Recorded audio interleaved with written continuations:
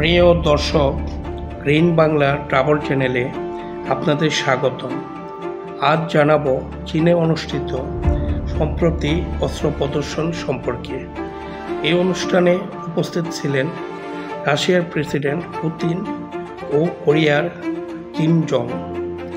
এই প্রদর্শন শুধু একটি সামরিক শো নয়, বরং বিশ্বকে শক্তি প্রদর্শনের এক গুরুত্বপূর্ণ কৌশল। চীন দীর্ঘদিন ধরেই তার প্রতিরক্ষা ও সামরিক প্রযুক্তিকে আধুনিকের দিকে নিয়ে যাচ্ছে।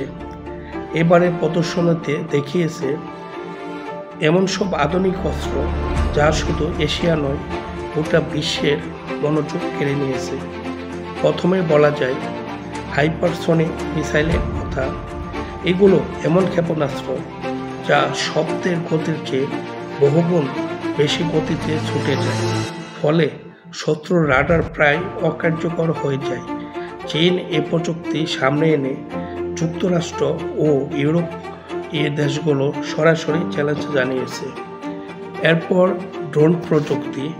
চীন প্রদর্শনীতে এমন কিছু ড্রোন দেখিয়েছে যেগুলো আকাশ থেকে দীর্ঘ সময় টহল দিতে পারে, টার্গেট লক করতে পারে এবং যুদ্ধক্ষেত্রে মানুষের বিকল্প হিসেবে কাজ করতে পারে।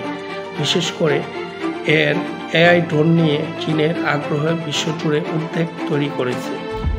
নৌবাহিনীর শক্তি প্রদর্শনও ছিল দারুণ।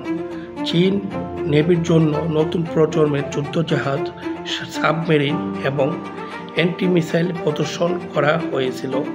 এর মধ্যে কিছু সাবমেরিন এতটাই নীরব যে সেগুলো শনাক্ত করা প্রায় অসম্ভব। এবার আসি আকাশ প্রতিরক্ষা ব্যবস্থায়।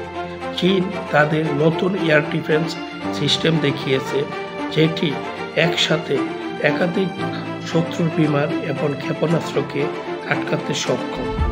এছাড়া প্রদর্শনীতে ছিল আধুনিক ট্যাঙ্ক, রকেট লঞ্চার, লেজার অস্ত্র এবং সাইবার যুদ্ধের প্রযুক্তি সম্পর্কিত তথ্য।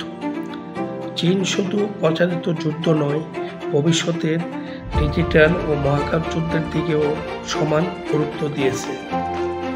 সব মিলিয়ে বলা যায় এই অস্ত্র প্রদর্শনী চীনকে শুধু সামরিকভাবে নয়, রাজনৈতিকভাবেও শক্তিশালী অবস্থানে দাঁড় করিয়েছে।